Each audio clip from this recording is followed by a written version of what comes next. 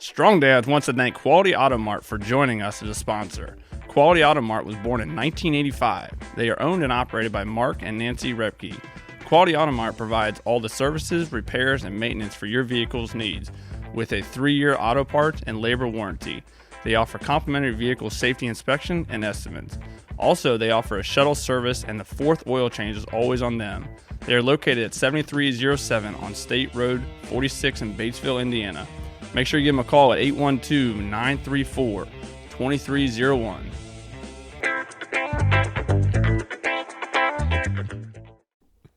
Hey guys, what's going on? Welcome back here doing another show. We got kind of an interesting topic here, Merle. What do you think? So last 2 weeks we had a back-to-back little mini series on some pretty intense topics. So I thought, we'd come in today, be really lighthearted, and then you threw the gauntlet down again. Man, we can't catch a break on these topics, can we? What's going on anyway? Before we jump into all that, what's going on? Topics, man, topics.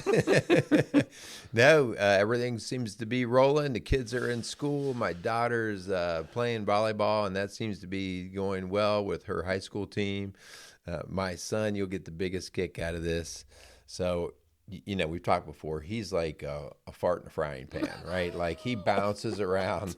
Fart in a frying pan? You haven't ever heard that phrase? I've never heard that. So he's bouncing around all the time. He gets excited about something, and he gets all like, whether it's about trampolines or bikes or motorcycles or skateboards. And I mean, he gets all in for all of 30 seconds. Okay. And so over the last couple of years, we're like, listen, we love your excitement, right? But we're not going to pay for all that excitement. You're gonna have to like save your own money, buy your own things, and if it's that really cool and interesting, then you pursue it. Okay, right. But we have a trove of things that we have over the years purchased or been involved with. But hey, it's all good. I love his excitement. Well, he bought a guitar. Oh, now he's going to be a rock star. I like it. Now he's excited about being a rock star.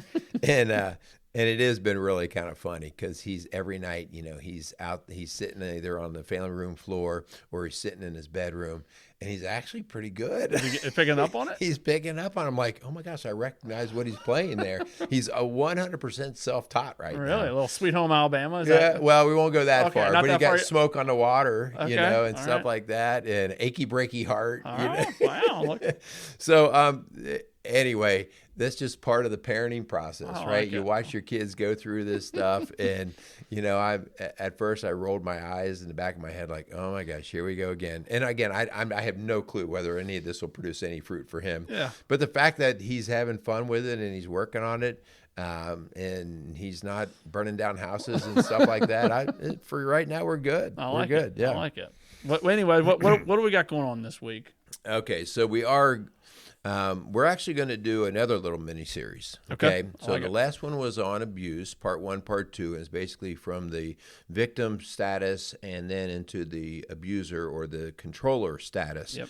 And those shows continue to get really good hits and feedback because, man, they're just, as we talked about, all of us can have a level of guilt in those. Yeah. That abuse process. Yeah. And maybe you don't have the police coming to your door, but maybe you are into a habit of how you talk or your mood and how you basically exhibit it out through the marriage, and it becomes toxic, right? Yep. And this is not toxic masculinity. This is the toxicity in the marriage. Yep. So, but today we are going to another area that we're going to double down on because it's a tough area and we're challenging men, right? Yep. And this is about really adultery, affairs, cheating on your spouse. We're doing this because this is a lot of stuff that comes in my door. Rock Solid Families, the door, Linda and I, we deal with this every day. And so it's very real. And I don't really care about your demographic, whether you're in this neighborhood or that neighborhood or this much money or not. It just doesn't matter because there are a lot of other strings attached. And so we are going to deal with this. So the first part this week, we're going to deal with it. Hey, I was cheating on my wife. In other words, we're going to look at the guys. Yep. If you're a guy and you were cheating on your wife. Okay, what are we going to do with this? What are we going to do with this? We're faith-based. This Strong Dads podcast is faith-based, and we're trying to honor God, and not one of us has found perfection in that.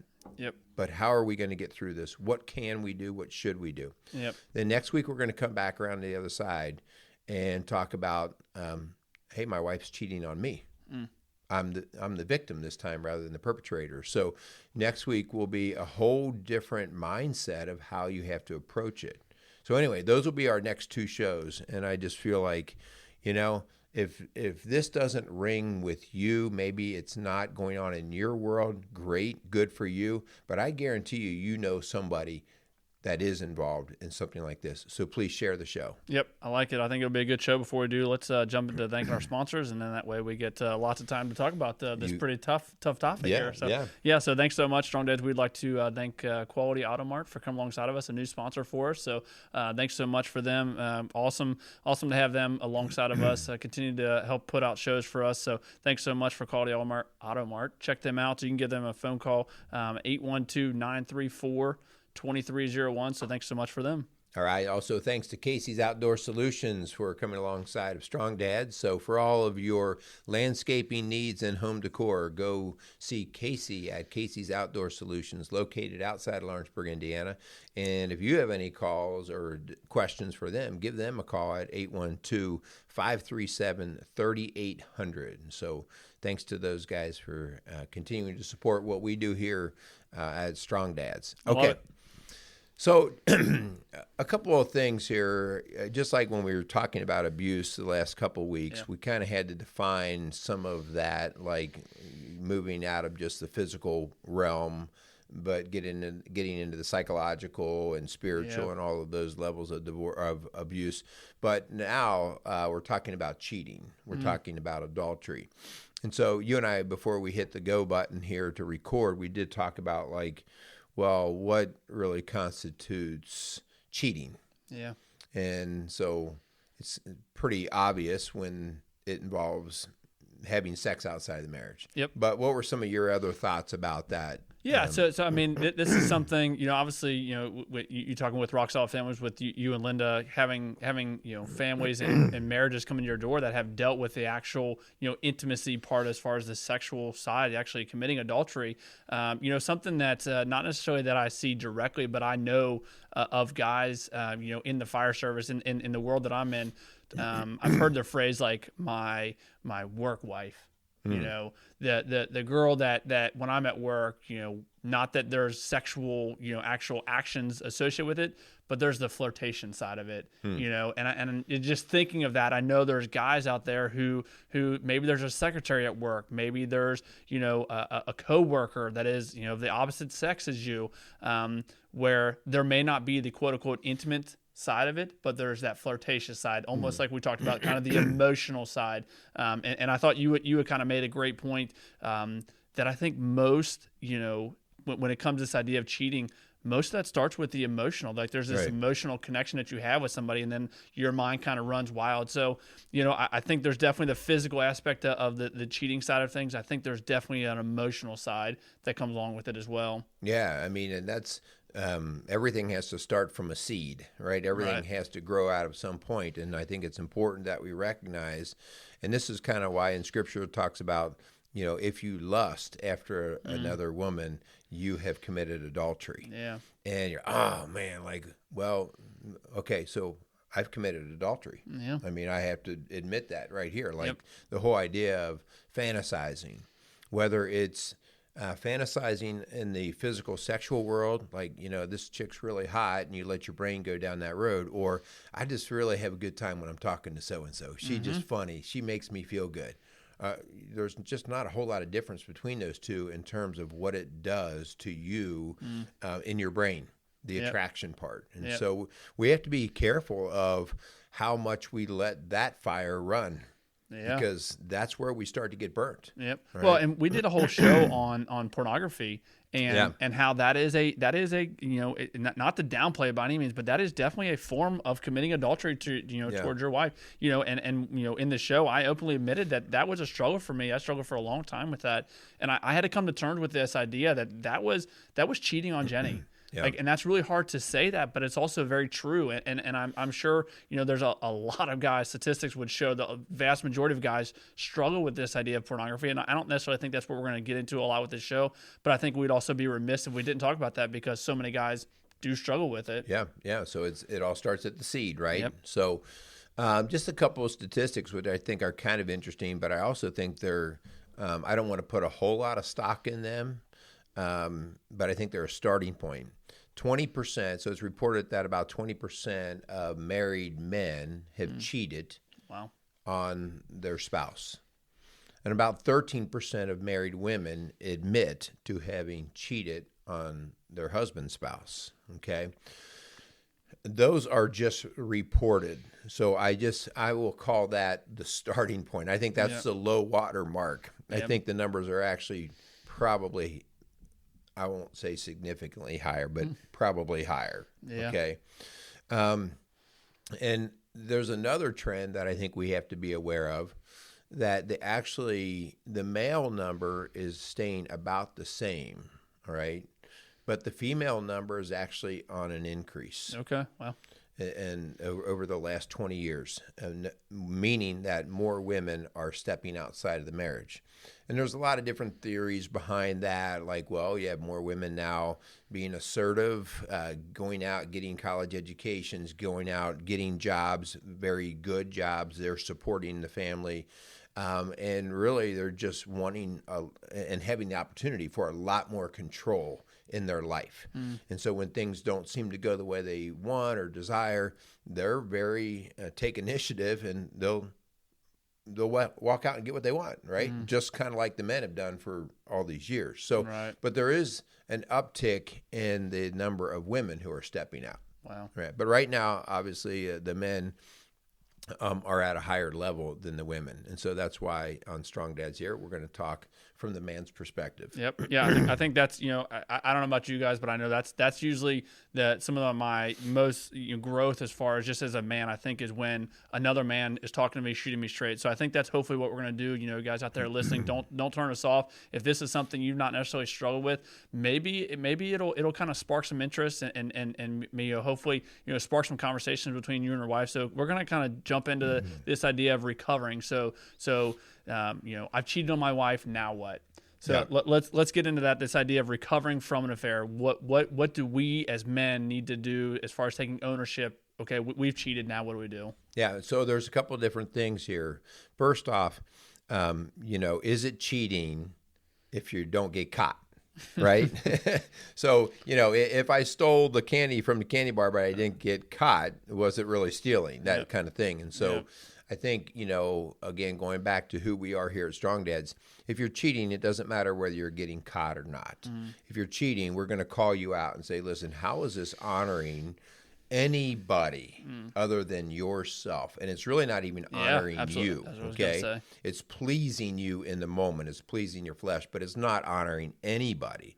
And so the destruction here to honoring God, to your wife, to yourself, to your kids, right, to all your friends, this is the big deal, right? So a lot of destruction here. So if whoever's listening to this, don't wait to get caught, right? I mean, we're already done the damage, right?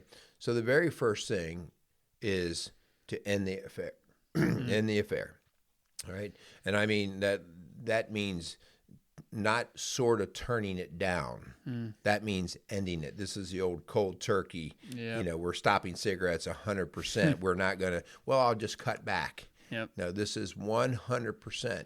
And what does end the affair mean? It means end it on all levels. Any contact, any opportunity where you used to cross paths with that person, any communications, any physical, any money expenditures that have gone back and forth or shared experiences, all of those 100% cut. I mean, I don't want to be cold and rude, but it's as if this person died. That's how you have to treat them. Yeah. Like, this has to be 100% done. Well, Merle, before we, obviously, you kind of jumping into this idea of recovering, and we had talked about this. We wanted to make a point in talking about this idea of recovering. This has to be a decision you want to get back, or you want to, try and mend this relationship that you have essentially tried to break by having this affair. So I think yes, there when we get into the recovery side, for sure, like doing these things to kind of help mend this relationship with your spouse. I think the first thing is you have to actually come to the terms with the idea. Is this something you want? Do you want to actually move forward? Because if your idea of cheating and you're okay with it, and you don't want to, going back to the normal, going back to your old way, isn't you kind of gotten stuck in this idea of comfort. And I think we're going to get into this. But I think the first thing before we get into this idea of recovering is you have to have this conversation with yourself. Yes, I am committing adultery. Yes, I am cheating. And no, I don't want that anymore. I need to move to. I need to get back. And obviously, with Strong Dads, we're all about the keeping the marriage whole. And if that's something that you want to commit to, you made that promise to your spouse. If that's something you want, like, you have to make this decision that, okay, I'm done with this affair. And then obviously, when it gets into this idea of recovering, yes, the affair has to end. So I just think a great point to start is okay, you are committing adultery, you are having an affair. We're done with that. Now what do we do? Because if you don't want to be done with it, then your marriage is done, right? The divorce is going to happen, regardless if you think she's going to find out or not. It's over, right? And we would never support that. But again, obviously, we're not going to support committing adultery either. Right. So the very first thing, really, once you've come to this awakening, like, this has to be done, you got to seek help. Whether you were caught and she is aware or not, it doesn't matter. If in your mind you're like, this has to be done, the very first thing I'm really going to ask you to do, drop to your knees. All right, you need to pray. You need to start on that humble road back to forgiveness and all these things. And this is not a one and done thing. You don't say, I'm sorry, and it all goes away and life is good. This is now, listen, it was a muddy process to get where you are. It's going to be a really muddy process to get out. And that process right there is what keeps people from finally making the move, right? Because, like, it's just going to be too hard for me to stop. So I'll just go ahead and keep doing and let it take its course. So I'm going to say seek help right off the bat, because this is going to be guidance. The help is not from your buddy that you sit next to at the football game. Okay? Not that it couldn't be if it happens to be somebody who knows what they're doing. But seek help, whether we're talking about a counselor, a coach, a preacher, pastor, priest, whatever, but somebody who's kind of had their foot in the door on this and can give wise counsel. Because how we, I use the phrase, how we blow this up, because it's going to get blown up. I mean, how it gets exposed can mean everything about how you're going to protect the people that are involved in this. And you want to do this well if you're going to heal it well. Okay. Yep. Yeah. This next thing you have down, man, we have done whole shows on this. It almost kind of intertwines in almost every one of our shows. Man, if you want to know the difference between a boy and a man as far as their mentality goes, I think this has got to be up there on some of the these personality traits you have to have if you want to be a man. If you want to be a strong man, a strong dad, man, when it comes to this, you have to own it. You have to know that you are in the wrong, that what you did, your actions that you took are wrong. They are hurtful. They are destructive. You have to understand that everyone that's involved, whether there is kids involved, your spouse, man, you have to own the fact that your actions potentially are destroying those relationships. And that there has to be complete and 100% honesty with that. You have to be honest with yourself. You have to be honest with your spouse. I think at some point, there's going to be a time and a place where you're going to be honest with your kids. Again, if there's kids involved, and that's all going to have to be age dependent on how that gets put to them. But man, there's got to be ownership. The fact that your actions are destructive. Yeah, and ownership is, yes, I've done all of this, but no excuses behind it, no blames. What I often find is a guy finally gets to this point, and typically this has happened after they've been caught, that they go, okay, my hand was in the cookie jar, you saw it, so I can't deny that part. But then they'll only own at the level that they want to have revealed, because it's messy, man, it's hurtful. and so they only let a little bit out. All right, and the means to preserve whatever they think they have left. Yeah. And so the problem with that is it slowly starts to unravel down the road because a little bit more information gets found out. Yeah. Okay, and we're going to talk about this in a second, but this is from the minute you say yes, I did it. Trust just got blown up, and so now we have to start on the journey of building trust. And if I keep leaking out information as we're trying to heal, I will destroy all efforts here. So that's why it's 100% transparent of telling. Listen, when I talk about and talking about honesty, that is a lot determined by your spouse in terms of like how much detail she wants. Okay. Yeah. Sometimes I'll have wives to say, I just don't want to hear anymore. I don't want to hear anymore. Like, I don't want to hear like exactly how many times you had sex or exactly what the location was. Sometimes I hear, I want to know everything. Okay. So you're really trying to satisfy that person for their trust building. And so you have to really allow them to dictate what they need in order to start to consider being back in relationship with you. Man, this next one, Merle, this idea. Okay, so we're kind of moving through this. You are taking that ownership, and again, that's as similar to what we talked about with the abuse. As far as the psychological, it's not necessarily like there's actually like essentially like you have one to A to Z as far as things you got to do. But man, I think when it comes to this idea, you have to learn to, okay, you're going to obviously have to go, you're going to ask for forgiveness, but then after you do that, you have to shut up and allow the other person to speak, because, you've talked a lot before, like in coaching sessions where, one of the spouses is kind of like, talking, and the other one is so ready to start to respond that there is no listening involved. Man, right. There has to be time for you to speak. And then after that, you have to shut up and allow your spouse to express their feelings, express their hurt. Because again, if you're taking full ownership of this, you obviously have to realize that there is destruction, there's hurt from the other person, and you have to allow that person to speak that. Yeah, part of the problem is the understanding of empathy. When now it's all messy, and so you're hurting, but your spouse obviously is hurting equally, if not more. Yeah. And so if you don't put her hurt in front of yours, you are a dirtbag in her eyes, right? Like, you're a total dirtbag. Like, you're acting like how bad you hurt. You're the one who hurt us. Yeah. And if you don't have your ears open to the level of understanding that she needs, and you'll know that because you'll keep trying to talk, just shut your mouth. Just let them cry, let them yell, let them say things, let them scream, and just, you got to hear it. And the biggest thing that you're really hearing is their heart. All of those words.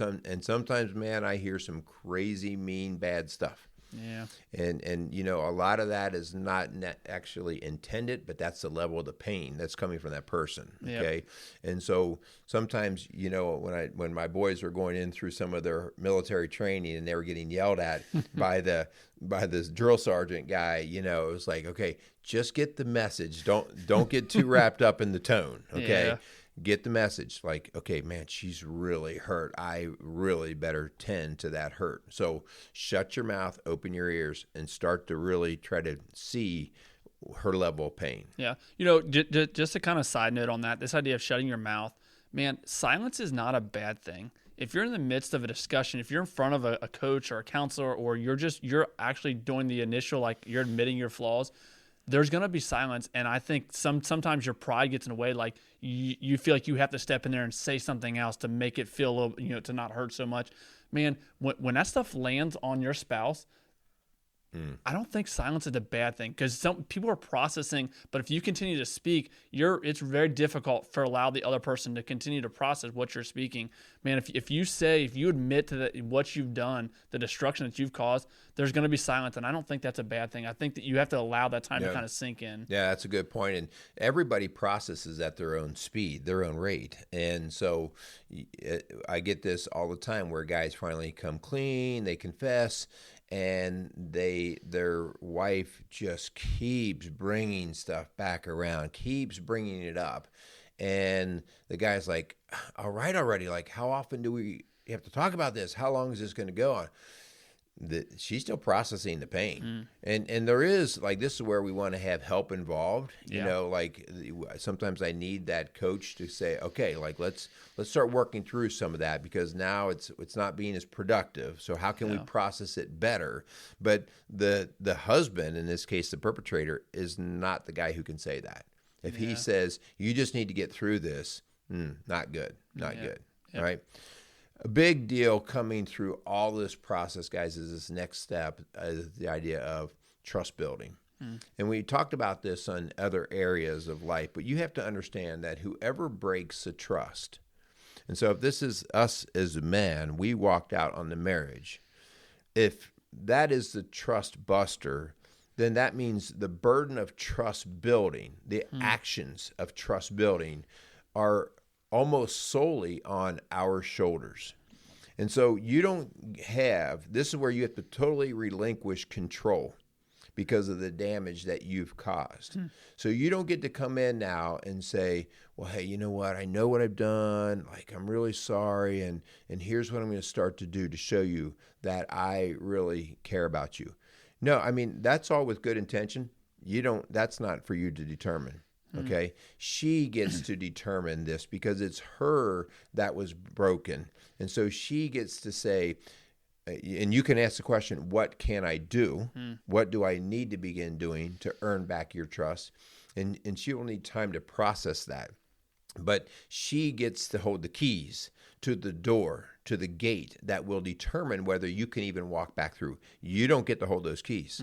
Okay. And this really bluntly sucks. Yeah. This stinks because as the guy who said, man, I finally came clean, she has to decide whether she wants to even open the gate again. And you don't get to break through the gate, because if you break through the gate, that's as bad as the affair. Okay. So you have to then sit back and you have to start building the trust. And can I just say this, like, the trust building is the most grueling, long process that you're going to go through. And I wish I could tell you how long it's going to take. It's not going to be days or weeks. It's going to be months and years. All right. So get it in your head right now. Like, and this is hard because us guys, like, once we admitted it, we're like, gosh, can't we just get things back? You know, like, I've already said everything. And this is 8 months later. We're still rehashing all this stuff because she still doesn't know if she can trust you. And so consistency is your biggest deal that you have to work through with trust building, meaning that whatever you both agreed to that you were going to do to help build back trust, man, you have to be spot on. I mean, and if this means she needs to be able to see your phone 100%, then that means 100%. She needs to know your location, okay, 100%. Then that means 100%. And she needs to know your time frames. You know, like, if you say, and we've used this in other shows, but this is just the reality of it, is if you tell her you're going to be home at 6 o'clock tonight, and you, in the past, you used to come home late at different times, and she found out later that that lateness was due to you being involved with somebody else, then now, moving forward, literally, if you come home at 6:05, her brain has gone awry. And so if you don't understand that, you'll minimize that. You'll be like, honey, really? Like, it was 5 minutes. Like, give me a break. Again, the burden of trust building is on the perpetrator who broke the trust. So this is the process, man. And this is where the work gets heavy and long. But just understand, we have to do this, and we can do it if we really honor and don't get close to the border. Stay away from the border. Like, if she says, be home, you say you're going to be home at 6, good, we agree 6 is good.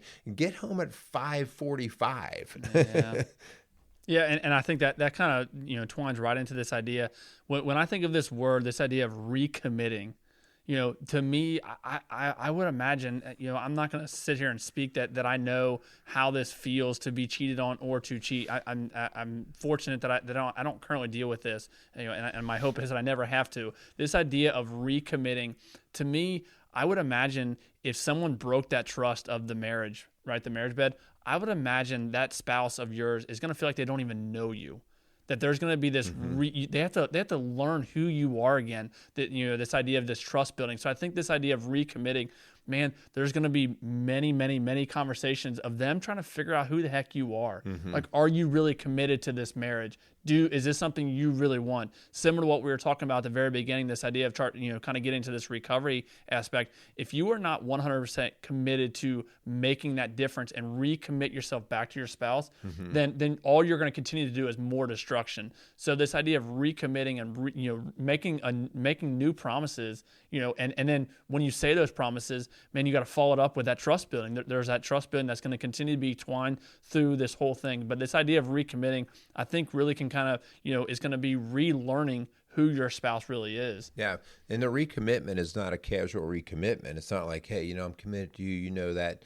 Like when you first got married, typically you have a public ceremony that demonstrates a commitment, not just to your spouse, but to God and to all the people that you do life with. And so it is a process of accountability. And so oftentimes when we're working with couples that are trained to bring it back together, we will get to a point where we're like, okay, like we need to show an active recommitment. And we'll have couples that will go through, and anybody that they feel close to and that has found out about this situation, they'll have an opportunity to recommit in front of them. Whether we redo marriage vows, whether we have a ceremony of sorts, whether we just make a public announcement to the people that need to hear, the kids, the family, whatever.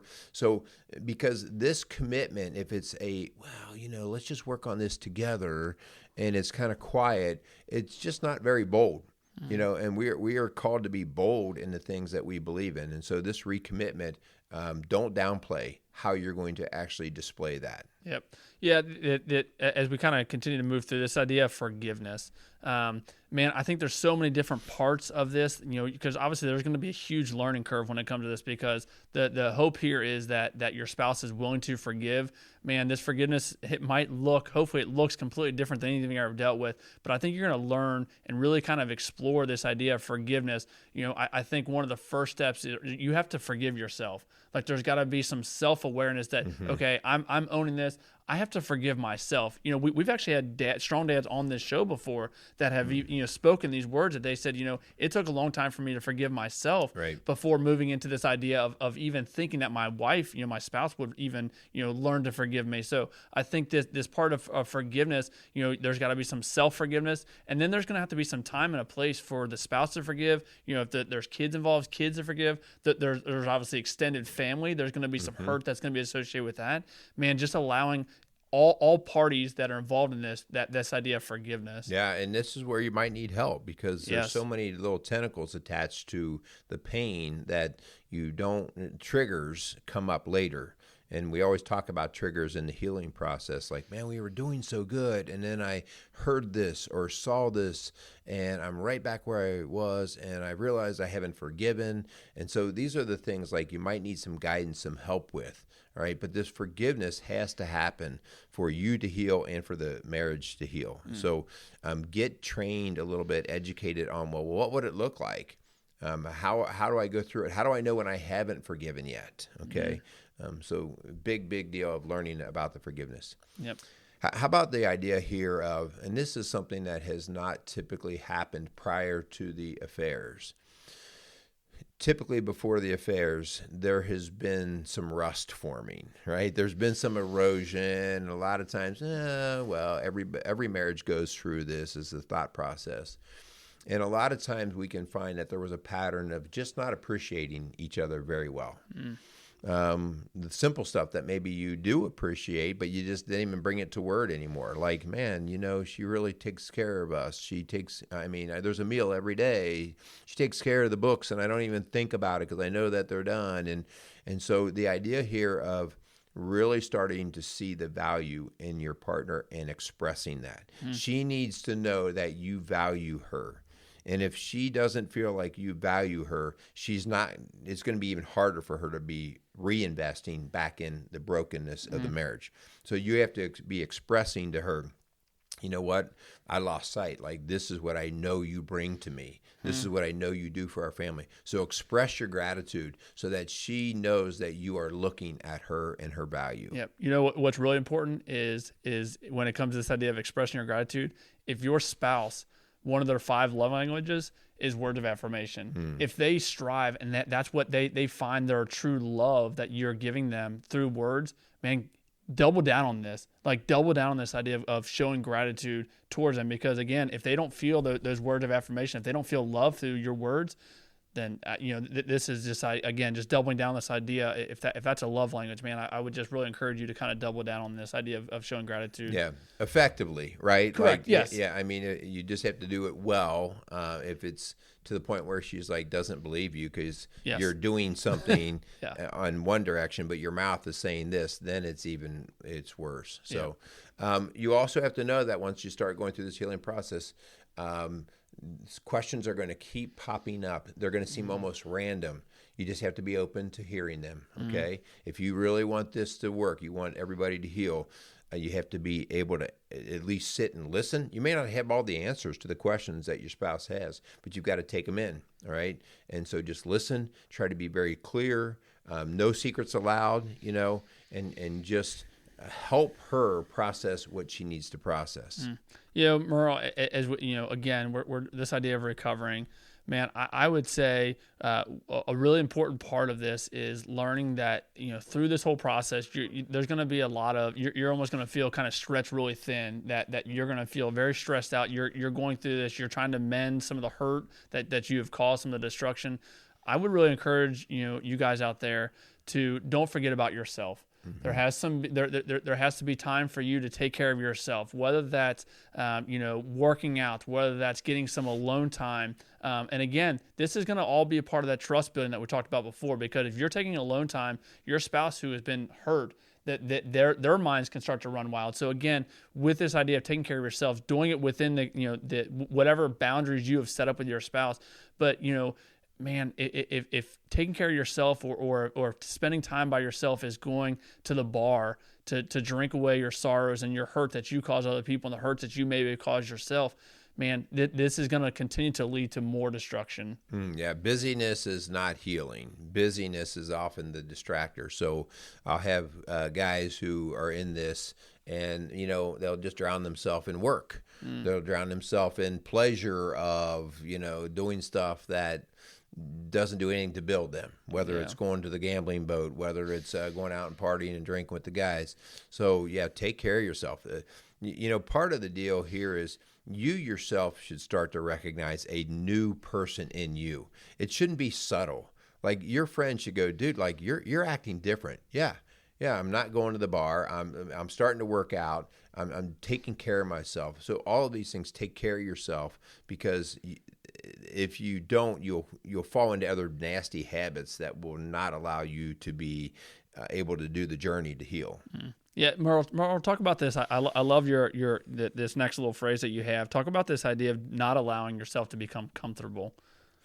You just need to know that when this comes out, when you decide you're going to say, yes, I did this, or you get caught in it, that you are going to experience discomfort like you've never experienced it before. Your world will be blowing up around you, okay? And if it involves kids, it'll even be worse, all right? And so what happens is everybody gets this level of discomfort, and it's at the level now that we call it pain. I mean, it is painful, man. It is hurting. People will say, I feel like part of me died. I feel, you hear all of these terms. And so the idea here is people can't handle that pain because it is so bad. They can't handle it if they don't learn to handle it effectively with help, all right? And so they'll seek comfort. And so after 2 weeks, 3 weeks of it being so messy, they will both start to seek comfort, and they will compromise the healing process. They'll say, you know what, let's just get back together. Let's just get back together. This is too much. Like, we can work on this. We can work on this. And what they're really doing is they're seeking comfort because the pain is so terrible, but they oftentimes are shortcutting the healing process.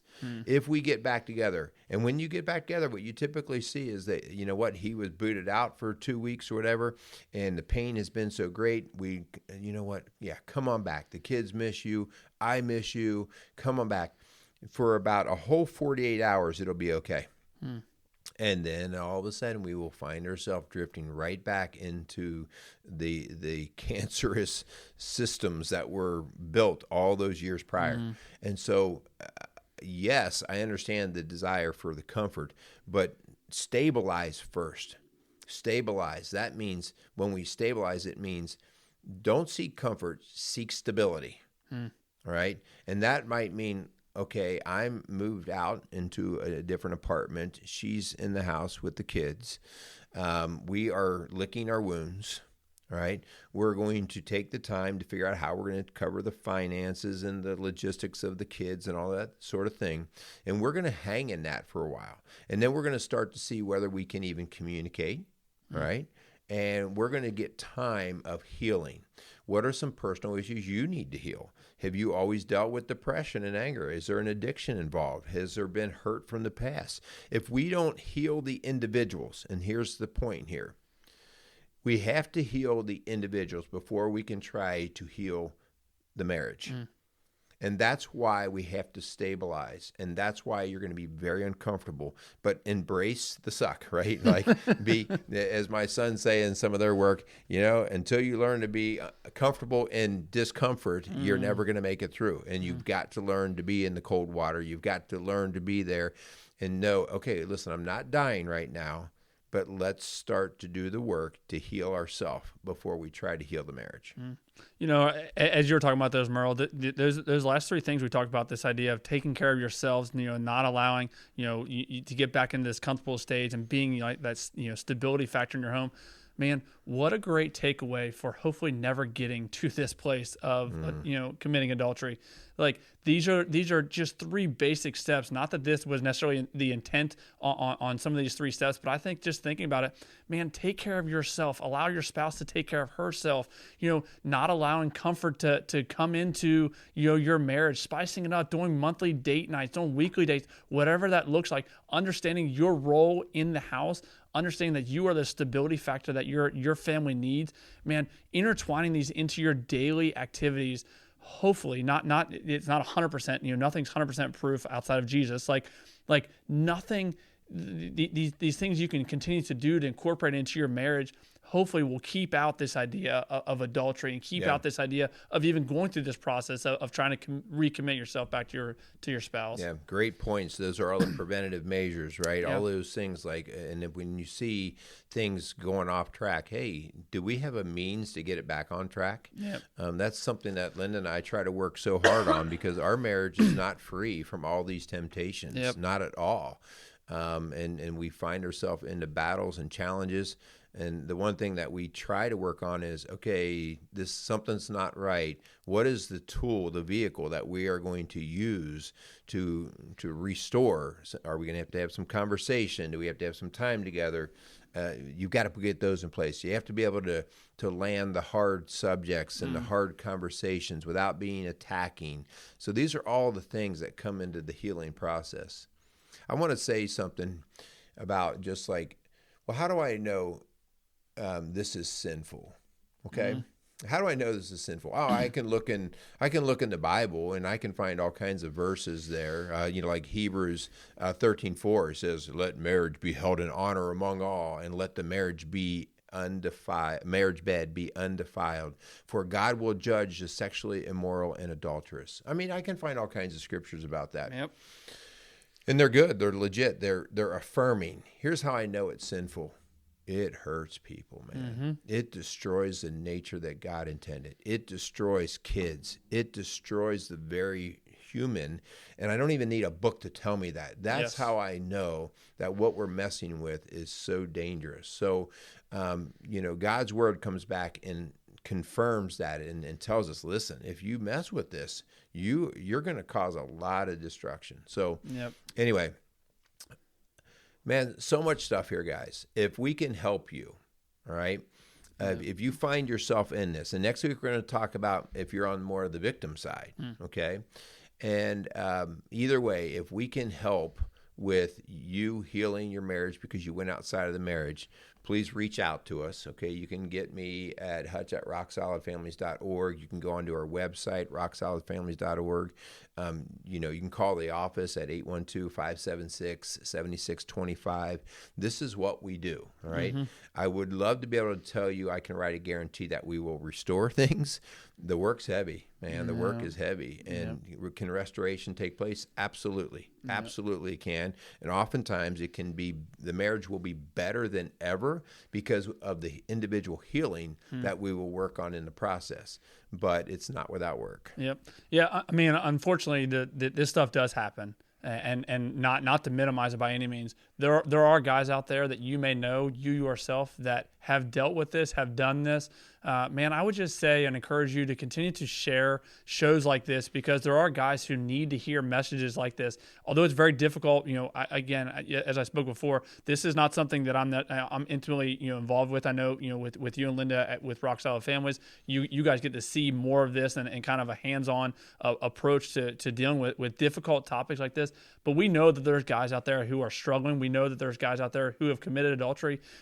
Man, not that you got to throw this in their face, but just a simple share on social media platforms allows this message to continue to get out there, to continue to hopefully help encourage men to be strong men, to be strong dads, because we understand the generational effect of not stepping in and not being a strong dad, what that can do for our country, for you as a man. So, man, just continue to share these shows. These are not easy topics for us to talk about, but this is what we are called to do, because everything that God has called men to do, there's always an action associated with it. I've said it before and I'll continue to say it.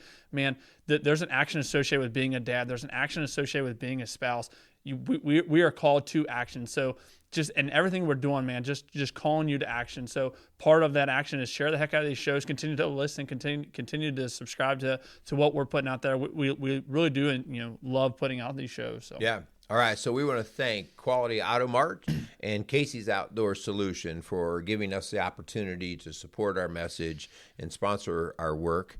As Kyle just mentioned and I've mentioned, don't let this garbage continue, guys. Yep. Don't. I mean, it's just the generational effect is just not worth the cost that you're going to put into this. So let's do the heavy lifting now. Let's get through this, all right? I think that's about all we got. Next week, we will be coming back and talking from the other side. And then I think the following week, we should probably do something a little lighter. Yeah, we should. What do you think? Yeah. Let's goof around. We got football season coming up. Maybe we should do a football show or something. Well, yeah. So, all right. Sign us out, dude. Yep. Really appreciate you guys. Go out there and be a strong dad. You got that. Messed it up a little bit. A little bit. Go out there and be some strong dads. Casey's is a premier garden center and gift shop located in Lawrenceburg, Indiana. Casey's offers a wide selection of plants, landscaping materials, home and garden decor, and gifts for every occasion. Casey's is committed to providing exceptional service, a unique shopping experience, and value to every customer. Stop in and see what makes Casey's so unique. Located at 21481 State Line Road, Lawrenceburg, Indiana, or call 812-537-3800. Let Casey's help you add beauty to your home.